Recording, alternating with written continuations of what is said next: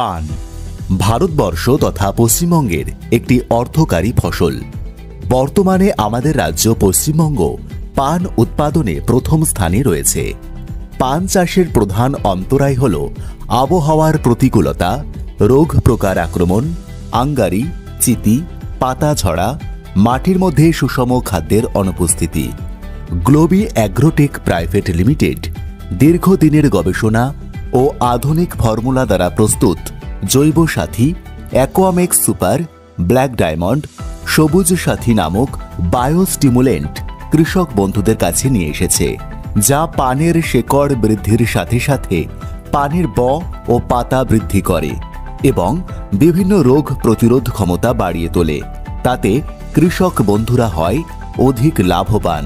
তাই তো বলি, বাড়াতে পান পাতার মান, গ্লোবি অ্যাগ্রো একটাই নাম।